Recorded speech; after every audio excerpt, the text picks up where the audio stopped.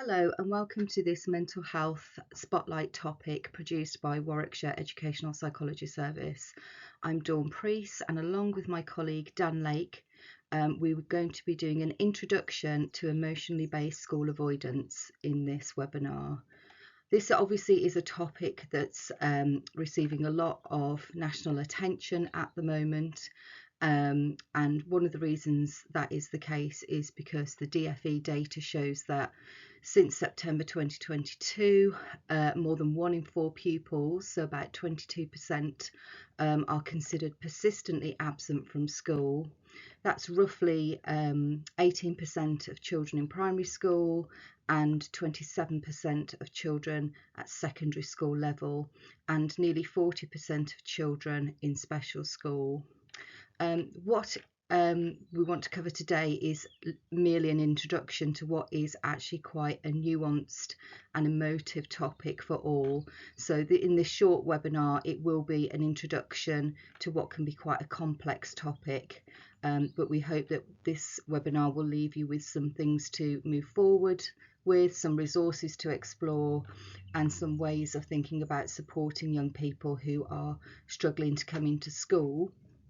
You may also find it helpful to revisit the other webinars on the Educational Psychology website in Warwickshire, which look around anxiety and explore low mood.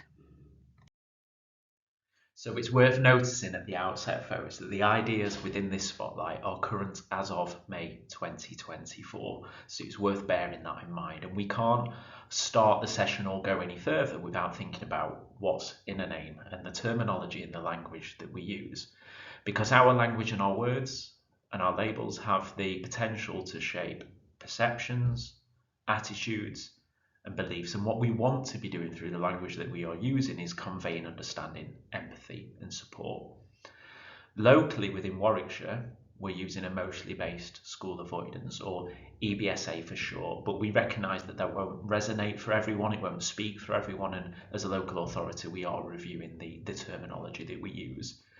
And it's really worth noting that the terminology and the language has shifted and changed over time. So 5, 6, maybe more years ago, you would have heard EBSR, emotionally based school refusal. And we don't use that term anymore because refusal suggests elements of choice. It has quite negative connotations for the young person. The young person is not choosing to not attend. They are struggling to cope in some way. And school refusal didn't quite convey that in the way that we would have hoped. We use emotionally based school avoidance at the moment, but you might also hear, and you might notice in this spotlight as well, we use some of the terms interchangeably.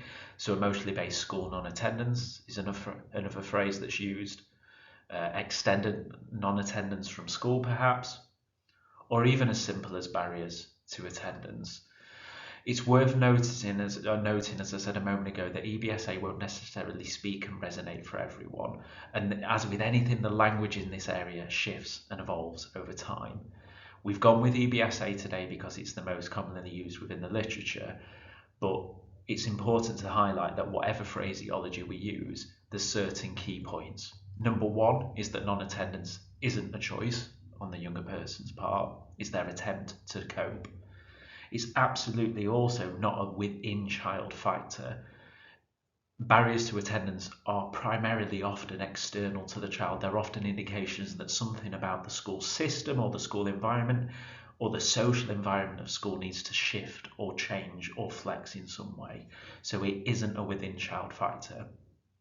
And for those reasons, the third key point that's really important to bear in mind is that EBSA is something that a child experiences, not something that they have. It's really important to avoid pathologizing EBSA. It's something that they experience, not something that they have. So whatever language we may use, what matters most are our attitudes and our beliefs and our judgments. How we carry ourselves in conversations when supporting children and young people and their families is the most important thing. So when working to support young people, the most important thing is that we lead with curiosity, empathy, and seeking to understand. We need to be trying to put ourselves into the shoes of the young person and to understand what some of those possible barriers to attendance may be. In this sense, EBSA isn't a cause in itself, it's a symptom of the challenges and the stresses that a young person may be facing. And I often like to go to this analogy, it's like the tip of the iceberg. It's the thing that we might notice first, that the young person's attendance statistics start to wobble or dip in some way.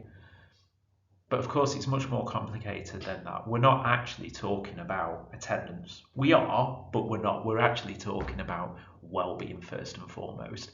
And if students feel heard and seen, and if they feel safe and supported and well, then their attendance hopefully will stay quite stable.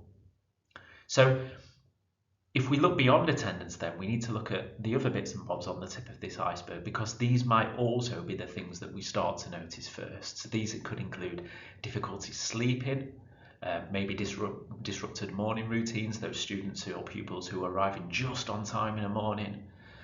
Children and young people might complain of illness or feeling unwell or physical symptoms of anxiety. They might appear quite reserved in their behaviours, whereas previously they were more outgoing in nature. Or they might present with frequent upset when faced with the prospect of, or the expectation of trying to come into school, and many, many more.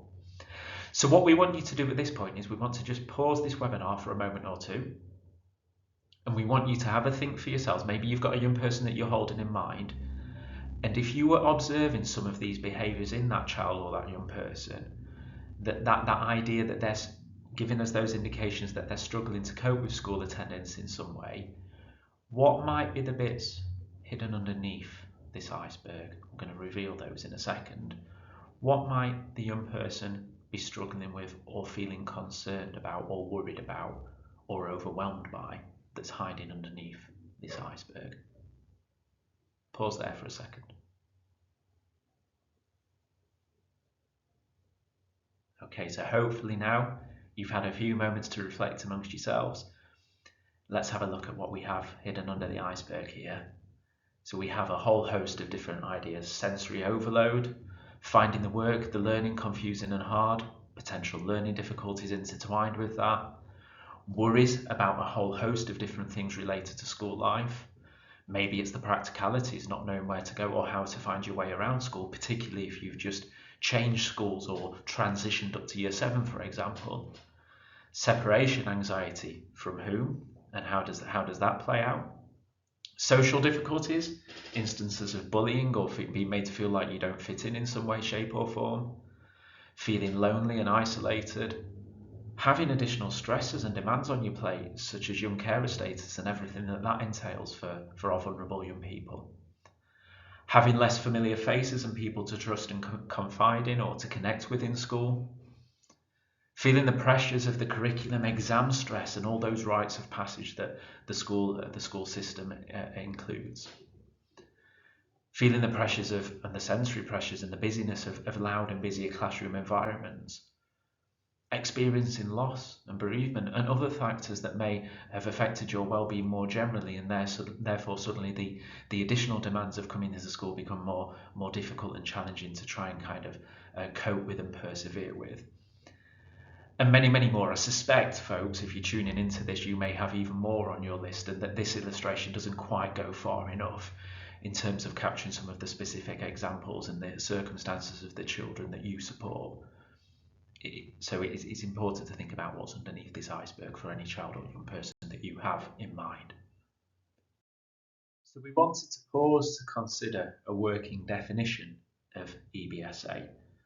And the definition that we've opted to go with is from Tina Ray back in 2020.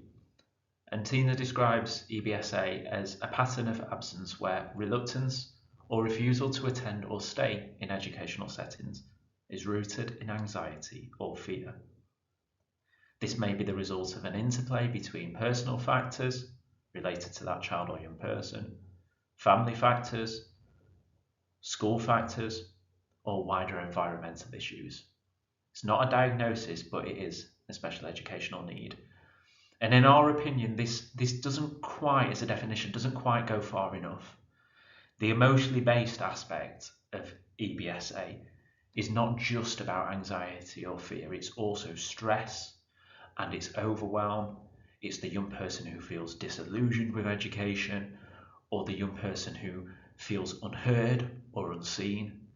Maybe the young person that feels let down by education in some way, or lacking trust and safety with schools, teachers, other people in their life. So we're not simply thinking about children and young people who present as too noticeably anxious or notably anxious to come into school. And let me back that up with some examples. Take the example of a young person with additional learning needs who feels that they're working their absolute hardest but still struggling to manage the pressures and the pace of the curriculum. Or maybe the gifted student who places significant pressure upon themselves to excel within the curriculum. They may not feel fearful of school, but it may well instead feel overwhelmed and distress due to undue expectations and pressure. Or take the child that has been struggling with attendance and well-being in school for some time and feels traumatized little t by past experiences within school. This might mean that they have thoughts and memories about past difficult experiences in school that they find hard to let go of or move past or to overcome in some way.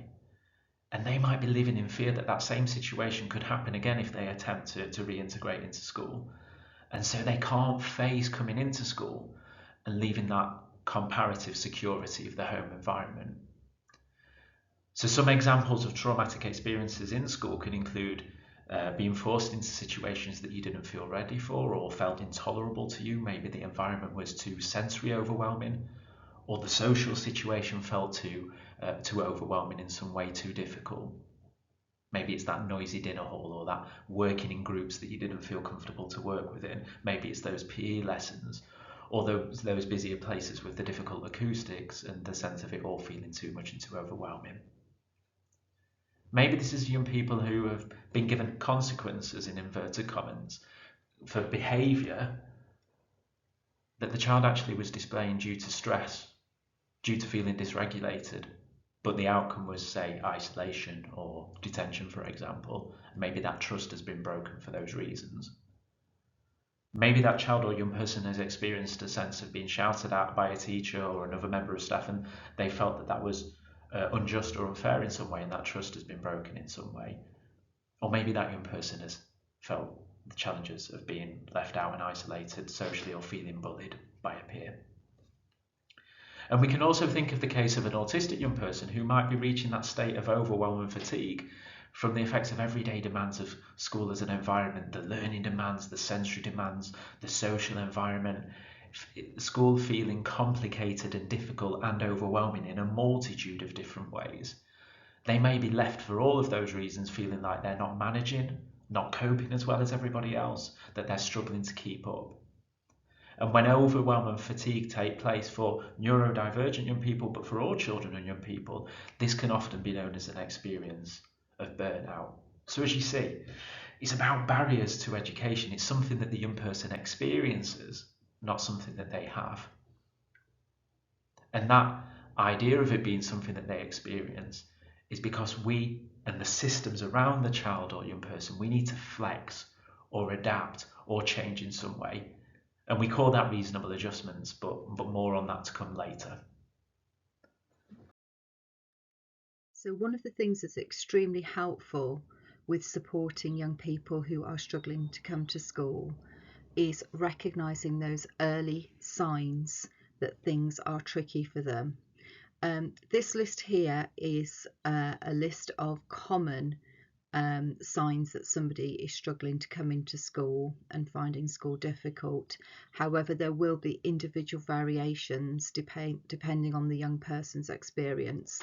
But what's important is that people are familiar with these and are being mindful and watching out for changes or any of these signs and symptoms.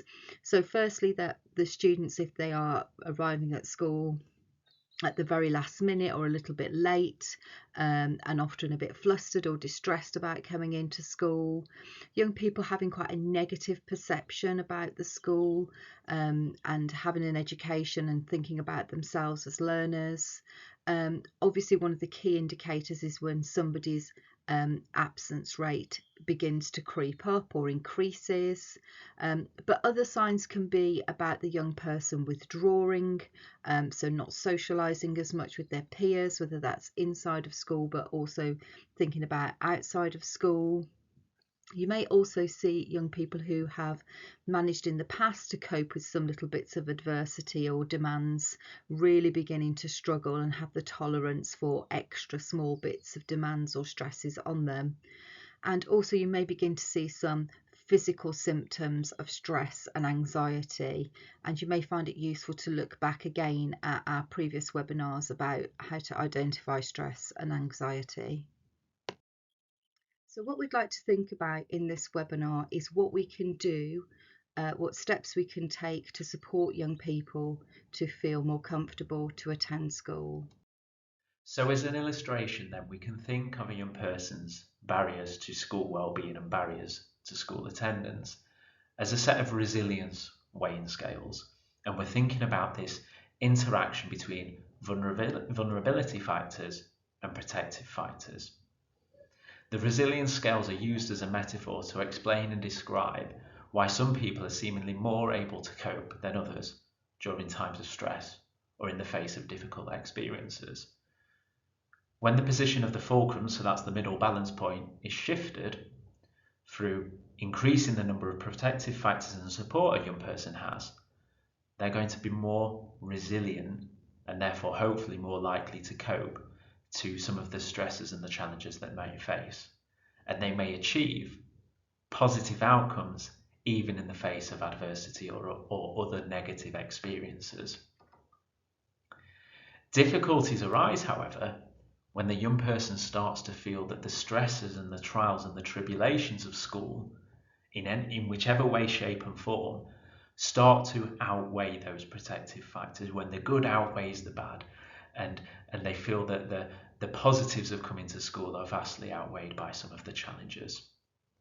So what we have to think about then is, firstly, what protective factors does a young person have in place to keep them happy, to keep them safe and well, and feeling able to come to school?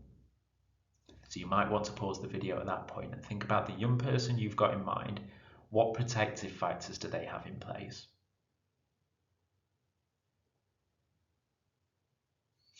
Okay, so you should have had a few moments there, hopefully.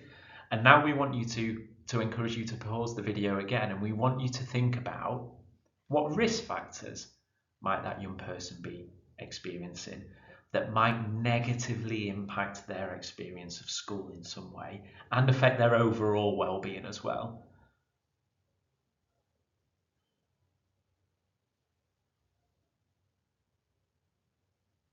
Okay, so hopefully you've had a few moments there to pause this spotlight, to bring that young person to mind and to think about where their weighing scales may be at. So why do we keep a focus on these weighing scales, the resilience scales? Well, we know that supporting children and young people experiencing barriers to attendance can invite a variety of beliefs and opinions. People will have different beliefs about what causes those attendance difficulties, and those beliefs will also determine people's thinking about what needs to happen next in terms of the support that the young person may benefit from to help address their circumstances and improve their situation. And any one of us can suggest a scattergun of ideas or reasonable adjustments in the hope that some of these might help. And we will do that from time to time, won't we? Because we want to be supportive and we want to be helpful. So as we can see on the far right of the slide here, we can often start by thinking about, well, what shall we try or do to be helpful? And you can see examples there, maybe offering a differentiated morning arrival routine in some way, offering the young person calm places to self-exit to when they're in school, etc., etc. But the idea that we wanted to share in this spotlight is that before we get drawn into that way of thinking, what we actually need to start by doing is to start by thinking, why is the young person struggling in the first place?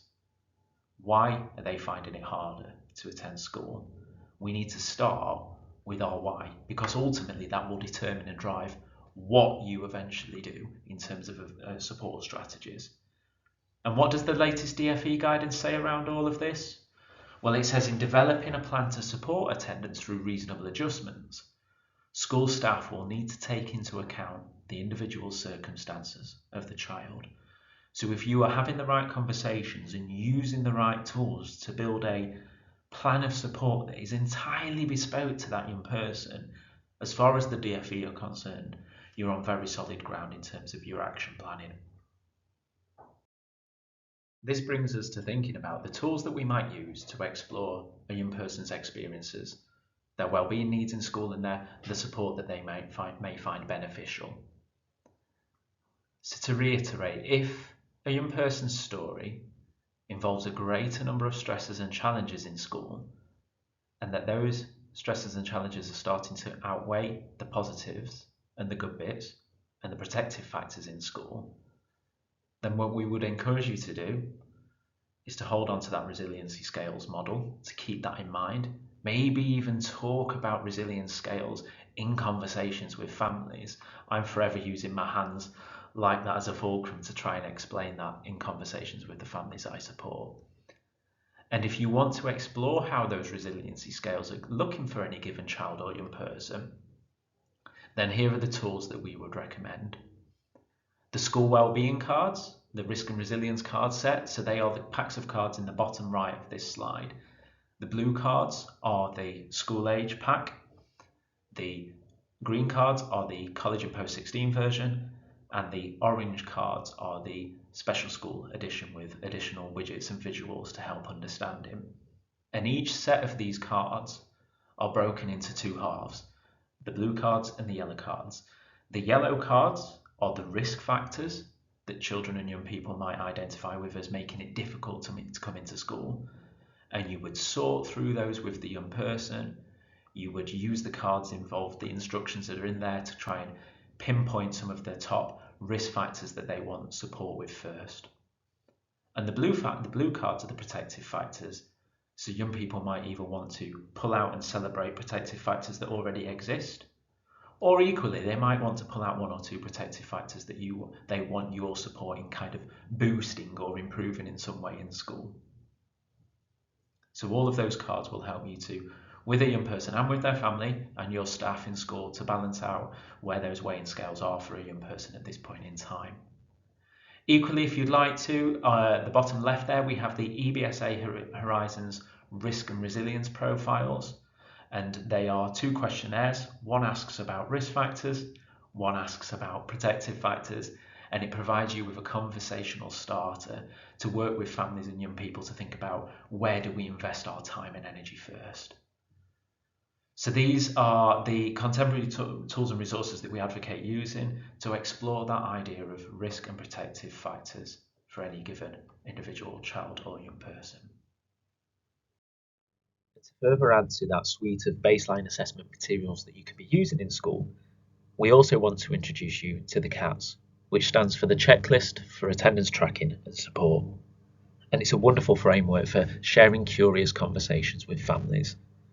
So the CATS is also available via EBSA Horizons, and you'll see that this is a very family-led tool. It is based around the parent and family's lived experiences of supporting children and young people. So it seeks to understand the family's viewpoint and the sense that they're making of their child or young person's difficulties. But it also seeks to really empower that parental or that family voice around the support that they would find helpful or beneficial in some way. So the first page of the CATS is a covering letter that you can use and attach to school letterheaded paper to send that letter out to families and to invite them into kind of sharing that collaborative conversation with you. The second page provides families with a table, and in that table, families are expected to document their perceived reasons for their child or young person's barriers to attendance and their difficulties with coming into school. The third page is the page that you can see on the slide here, and on that page they are provided with a checklist that will help them fill out that table. The checklist will prompt them around possible child factors, possible family factors, and possible school factors as well. And then on the fourth page, they're introduced to another couple of really helpful questions. The first question asks families to reflect on any support that they are currently finding beneficial that they hope will continue. And the final question asks them to think about any support that they may want introducing in some way, shape and form. Now, if you are using these tools, whether it be the cards, the profiles that we shared on the previous slide, or the cats that we've shared here, you can, of course, complete any one of those tools and activities in their fullest form, answering every item, exploring it with the family and young person, because doing it in its fullest form might feel the most comfortable thing for your staff team. Equally, if you want to use these tools more flexibly, simply as a conversational starter, then you can do that as well and simply follow what appears important within the conversation as the conversation naturally evolves. And this is because you're only ever really focusing on small steps at a time, focusing in on a small number of headline barriers to attendance to support at once. You can't change everything overnight, so you have to start somewhere with maybe a top 2 or a top 3 priorities to invest your time and energy into first. I personally use each of these tools to reach some common ground and to hear the family's lived experiences and their story so far, to make sense of that story together as a way of bringing me up to speed, and you could use it as a way of bringing your school up to speed. And then you would again focus in on those top 2 or top 3 priorities to focus on first. To give you an idea of how this all comes together, well, what you're ultimately working towards is trying to build an action plan of support. Now, this tool here, this framework shared on the screen here, it comes from EBSA Horizons as well, but this is just as an example because this specific tool comes behind a paywall.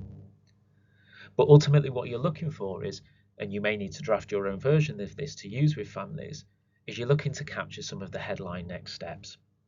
So in the left-hand column, you may have the yellow factors, the top priorities that a young person wants help and support with.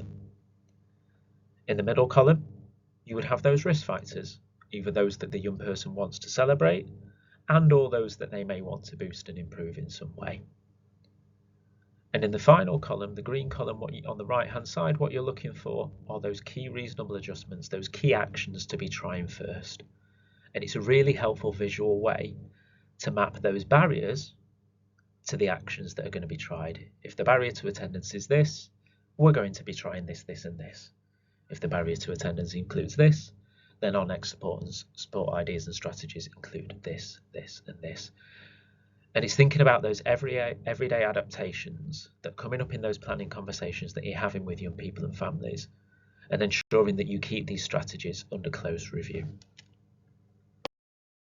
What we've hopefully managed to convey throughout this spotlight is that the provision and support is, of course, bespoke to the circumstances of any individual child or young person. That support will always be geared up towards addressing those resiliency scales and trying to add in further protective factors. For more ideas on what some of these provision ideas and reasonable adjustments could involve, we also wanted to signpost you to a handful of really useful resources and tools here.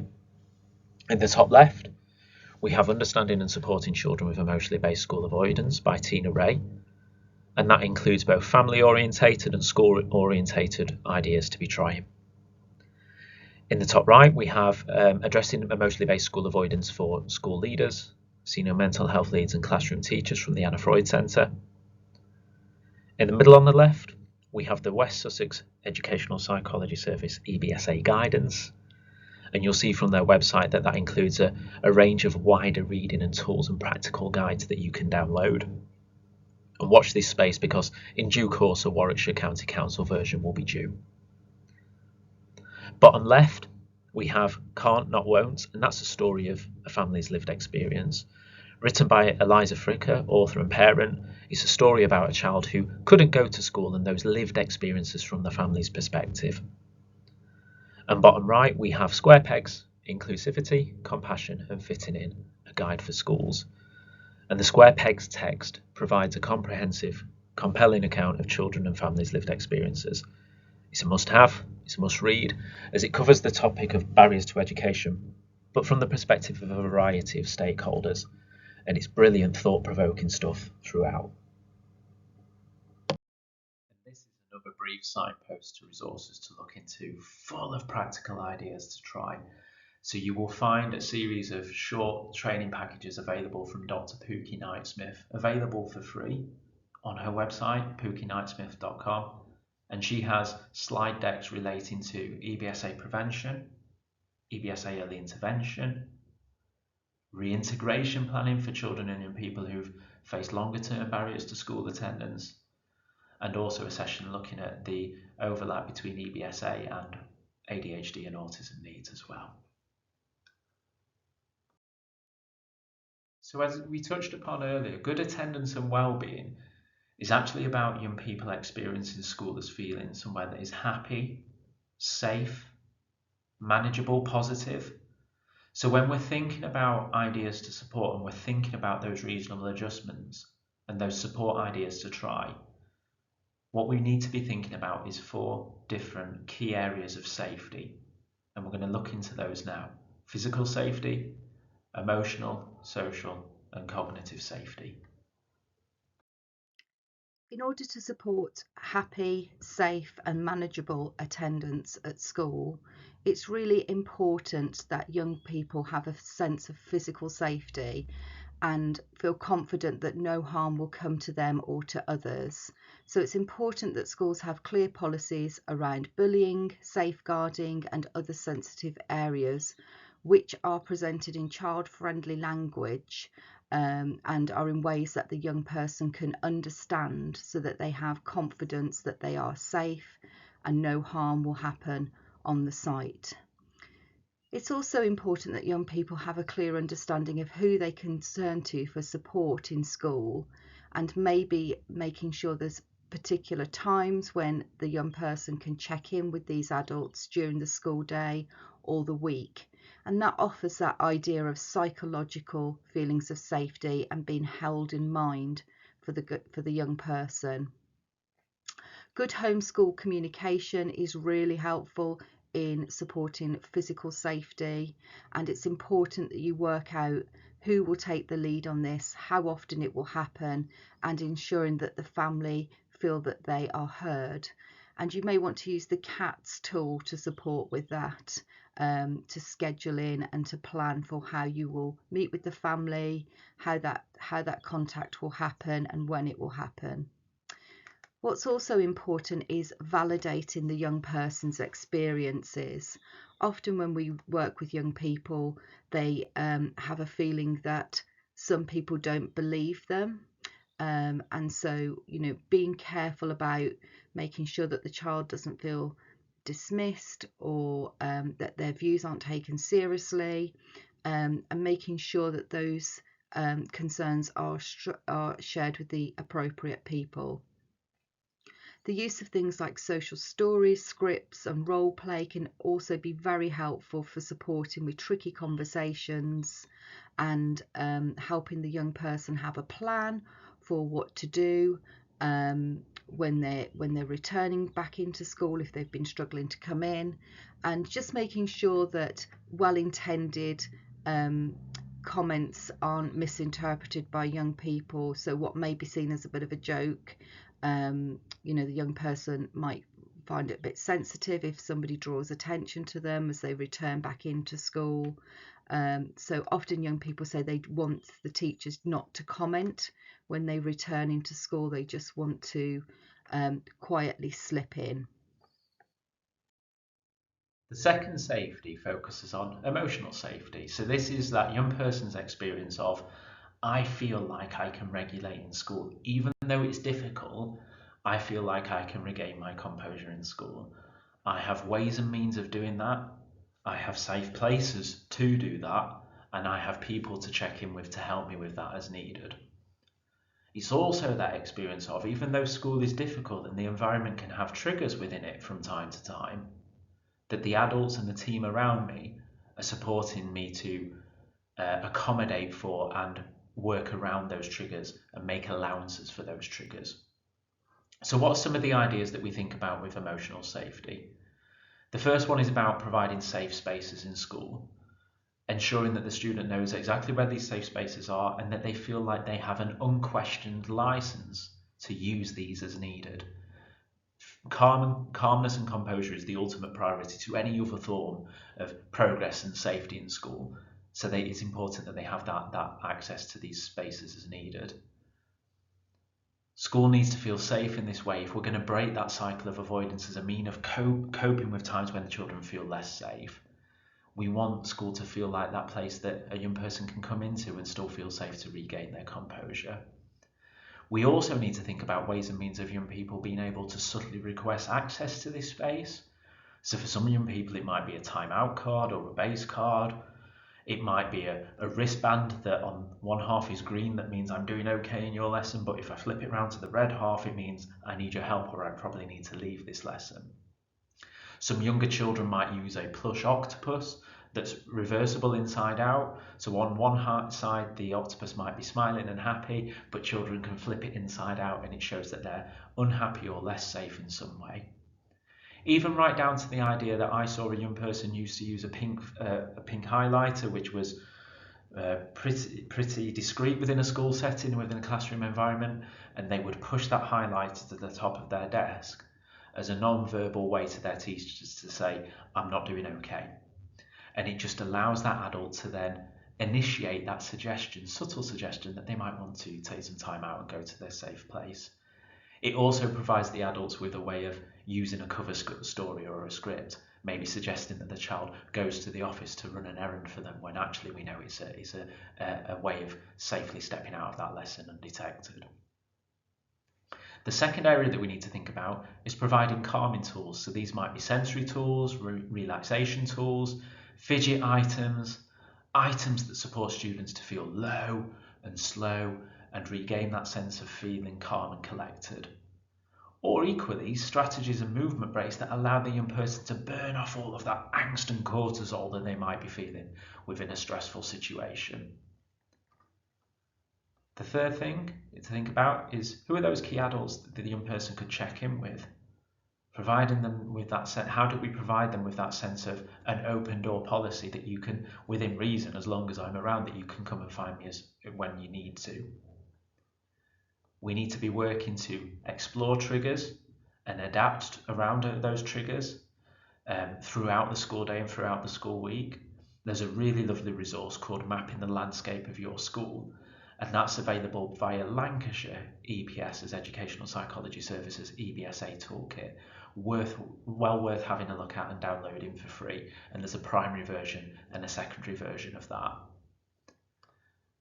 We need to remain curious at all times. What might seem routine and trivial and something that we can take in our stride as a daily activity might feel incredibly triggering and difficult for a young person. So we need to make sure that we're remaining out of that judgment wherever possible.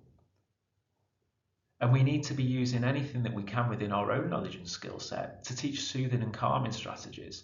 So it's often worth thinking about, what do you use in stressful situations? Are there things that we could look into further, like 5, 4, 3, 2, 1 thinking, or rectangular breathing, or mountain climber breathing, for example? And if we're able to share our own soothing skills as adults, that actually normalizes a lot of this sense of anxiety and overwhelm to young people, that this is something that even adults and even teachers feel from time to time, because we are all indeed human. And we have to pause as well. The last bubble there says, learn from positive relationships. If we have students or children and young people that have really hit it off with a particular teacher or member of support staff, what is it that we can learn from that member of staff? The ideas that they use or their general manner to bring into our relationship with children that we're trying to support. Again, to think about supporting good manageable attendance in school, we also need to explore aspects of social safety by the young person. So this is that the young person knows what's expected of them and they know what to expect of those around them trying to support their attendance in school. So firstly, having real clear agreed parameters about school visits and that these are consistent and predictable is going to be really helpful, with agreed start and finish times that are stuck to. It can be tempting when things seem to be going well to just increase things a little bit, but that really needs to be done in negotiation and agreement with the young person and the family. Reassuring the young person and the family about what is good enough progress, and this will vary depending on the individual, depending on how long they've been struggling to come into school, but what we want to really be thinking about is making sure that those tiny steps are recognised, rewarded, and that will help things be easier to move forwards in the future. And making sure that there may be difficulties implementing the plan, but it's okay if the plan doesn't always go to in the right direction. It's okay, it doesn't mean it's failed, it just means about restarting, rethinking, redrawing the plan up in some way. It's not an all or nothing kind of approach really, it's just going back to the drawing board and thinking what you could do differently to restart things. Working with the family to explore routines and rituals around school drop-off will be very helpful. How that's going to happen, who might greet the young person as they arrive in school, or would they like to maybe just go straight to their classroom. So thinking about things that make it more comfortable for the young person, and again thinking around how you might restart particular relationships with staff or develop new relationships with staff who can support the young person coming into school. How will they have time to build up that relationship? What levels of daily contact will they need? Again, all of this is communicating to the young person about, I know what's expected of me and I know what I can expect of others. And also increasing the young person's sense of belonging to their school. So what is it that's not necessarily around academic learning, being in a classroom, that they can also participate in? What else can they offer the school environment in terms of joining clubs or helping out around the school? If there are going to be changes, making sure that these are communicated as soon as possible with as much time as possible, so that they've got time to maybe make some alternative plans or digest that information. And then also thinking about what do we do when there is a breakdown in the plans. So how do we have a restorative approach for when things haven't gone right? What do we do next? So again, thinking around, it isn't all or nothing. We need to be when it doesn't quite work, what can we learn from that? How can we quickly get around the table and problem solve about what to do next, what went wrong, and what we can do differently? The final area of safety that we want to think about is cognitive safety and how safe and ready the young person feels to engage with learning. And it can be helpful to think of this as potentially the last area to emerge once we've supported and prioritised those other areas of safety. So this is about a young person feeling, I feel safe enough for learning, to try new things, to not feel fearful about making mistakes, to feel able to have a go at learning. So this can include various things such as teachers first and foremost acting as role models, modelling that this is difficult, coming back into school can be challenging after some time away, or modelling the need for calming and soothing strategies when situations feel overwhelming, in whichever way possible or whichever way relevant, validating that this is tough, reconnecting with learning after a window of time where we haven't been able to access learning on a consistent basis, that is tough, and just validating those experiences. Linked to that, we need to be, wherever possible, praising those personal steps of progress that a young person is making. Those steps of effort, those steps of progress, no matter how small, no matter what others are capable of, what the rest of the class are working on, or what the rest of the year group might be achieving, it's personal steps of progress compared to that individual young person's own starting point. We also need to be thinking about adaptive teaching and adapting tasks to ensure that these are easily achievable for that young person. Ultimately, it's about the young person feeling that tasks are easily surmountable, that they feel positive and successful in some way, and that the young person experiences that sense of success. And this is regardless of what you think that ultimately academically they may be capable of. It's about instead trying to ease back into education by pitching activities that are well within that young person's comfort zone. It can be important to think about a young person making the smallest steps of reconnecting with learning, and to do that by acting as a passive observer, watching activities from afar, hearing about activities that are happening in school, maybe seeing video clips of activities taking place, having homework sent home that eases them into a topic before they attempt that topic or activity on school grounds and within school. It's about that young person watching from afar and just feeling familiar with learning once more without being expected necessarily at this stage to feel ready to engage on a consistent and regular basis. It's starting with those smallest steps of connecting with learning, however they may look, and thinking about if we assume that the young person is likely to find learning daunting and overwhelming in some way, how do we help them to kind of dip their toe in the water, as it were, with learning again? So thinking about these 4 areas of safety that we've reflected on in this spotlight, you may want to pause this spotlight again at this point and think about, for the children and young people that you have in mind, how are they doing in each of these 4 areas? And when you have that action plan of support devised for a young person, central to all of this is then thinking about how we measure impact of support and intervention over time.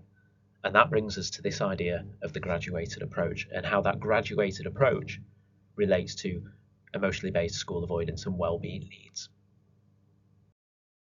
So in the hope that this is helpful, we've depicted this assess, plan, do, review approach as a flowchart.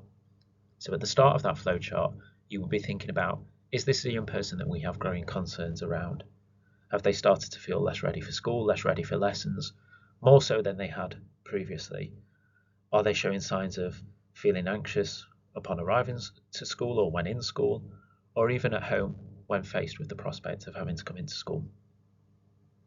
At that point, you would move to the assess stage, and you would use those baseline assessment tools that we flagged within this spotlight to start those curious conversations with the young person and their family and others. Having completed those assessment tools together, well, you would start by celebrating some of those protective factors and strengths that are already in place, that despite the adversity that the young person is facing, there's some good stuff, some supportive ideas in there that helps reduce risk. You would then move to reflect on the priority risk factors to support for that young person. So those priorities that they are telling the people around them that they would like support with first. And that's going to be the basis of any reasonable adjustment and strategy ideas that you come up with. And in doing so, you move to that plan stage, where you would be planning next steps of support together with the school, the family, and the young person. And in doing that, you're going to be looking realistically, as we've highlighted, at maybe a top 2 or a top 3 priority barriers of attendance to focus on first, and mapping reasonable adjustments to those priorities. As a school, you'll then be thinking about, can we ensure that the resource and support is available to support the plan? And you need that good communication between the young person, school, and family. And you need to be thinking about, okay, the young person is asking for X, Y, and Z in terms of their ideal support strategies and ideas, and we have to balance as a school against that openness and transparency about what actually may be practicable and possible. In my experience, balancing those two and communicating with openness and honesty will build that trust with families, and young people will feel like they have a clearer picture on what support may or may not be possible. You then move to the do phase, which is giving those ideas, those intervention ideas, chance to make a difference, chance to embed. And the key thing with the do phase is that before you get started, in advance, you should be agreeing those review timescales. So when does the review need to take place? Typically 6 to 8 weeks later. Who needs to be part of that review? And what will we discuss within the review? Well, that's the reasonable adjustments and how they are going and if they need tweaking or adjusting in any way. And then you would reach that review stage, you would monitor the progress that the young person's made, and you would adjust the plan accordingly. And you would repeat this assess, plan, do, review cycle as often as is needed. If new barriers to attendance arise, you could dip back into those same assessment tools to try and explore those new issues with curiosity. A couple of points on reviews, folks. The first one is that review timescales need to be flexible. If it is clear that a young person is if it is abundantly clear that a young person is overwhelmed and struggling, then those review timescales should be brought forward. The first and foremost priority of all the support that we are trying to implement is prioritising the young person's safety and well-being. The second factor is if you have steps within an action plan, targets that the young person is working towards, well, in terms of building gentle momentum over time, it's perfectly okay if that young person feels as though they need to persevere with a target for a little bit longer, even though you've reached a review point. That is also okay. As with any other area of need that we may be supporting within school, we would always strive for that early intervention approach wherever possible, and we'd hope to see that graduated approach of assess, plan, do, review. And we know that by getting in there as early as possible, we stand the best chance of being successful in terms of protecting young people's mental health and well-being, supporting their connection to education, their re-engagement with education. We stand that best chance if we get in there early and if we follow that process of assess, plan, do, review. We also need to be mindful that in exploring a young person's circumstances, as we hinted at earlier in this spotlight, each person may have a different perspective to bring to the conversation on those barriers to attendance. They may have a different story to tell. And it's essential that all parties feel seen and heard, they feel listened to, and that those different viewpoints are acknowledged. No perspective is any more right or wrong than anyone else's, but it's about trying to find that common ground and to agree priorities to support with first. So what does the DFE say around all of this? Well, it says that any associated anxiety about attending school should be mitigated as much as possible by creating a plan to implement reasonable adjustments to alleviate specific barriers to attendance. These adjustments should be agreed by and regularly reviewed with all parties, including parents and carers. So that idea of reasonable adjustments, the actions and support ideas that the young person wants us to focus on first. So as we've reflected on throughout this spotlight around emotionally based school avoidance, the key messages really are, first of all, recognising what a complex and individual experience this can be for young people and remaining curious about what their experiences are and what their behaviour is trying to communicate to us. The importance of identifying difficulties with attending as early as possible. So using the tools that we have shared with you as part of this presentation, reflecting on which ones capture really important data for you, that give you that earliest indication that there is a need for some additional support. The value of good homeschool communication, again, remaining curious, engaging the family to help build up trust and a partnership, to help the young person have more happy, manageable and safe attendance in school. Ensuring that we capture the young person's voice. Do they feel heard? Are they able to say without any kinds of concerns how they're feeling about attending school? And also thinking about how we empower young people to feel a little bit more ownership about what's happening to them, to manage their attendance in school, offering them some choices and some flexibility.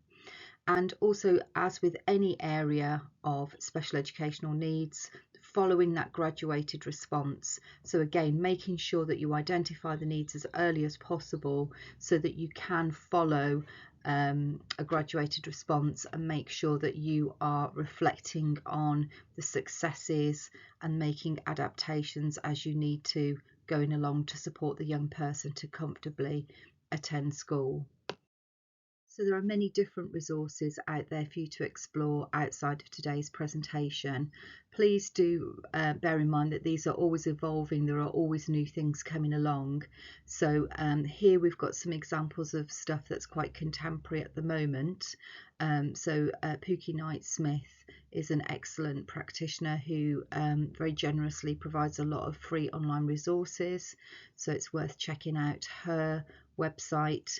The Anna Freud Centre again offers lots of online resources for parents and schools. There's a fabulous video has been created using young people's experiences of difficulties attending school, so that is worth watching. Wrong size fits all. Young Minds also has lots of parental advice, and again looking around other organisations such as NHS partnerships and what resources they have developed in their areas. We hope that you have found this webinar about an introduction to understanding emotionally based school avoidance helpful, and it's really useful for us to get some feedback on how well received or any areas you'd like us to consider in terms of supporting mental health and wellbeing in Warwickshire and future spotlight topics. So we would be grateful if you could take the time to scan the QR code and leave us with some feedback. This is a list of local and national organisations who you might want to explore further for supporting a range of mental health and wellbeing needs. Thank you for watching this webinar.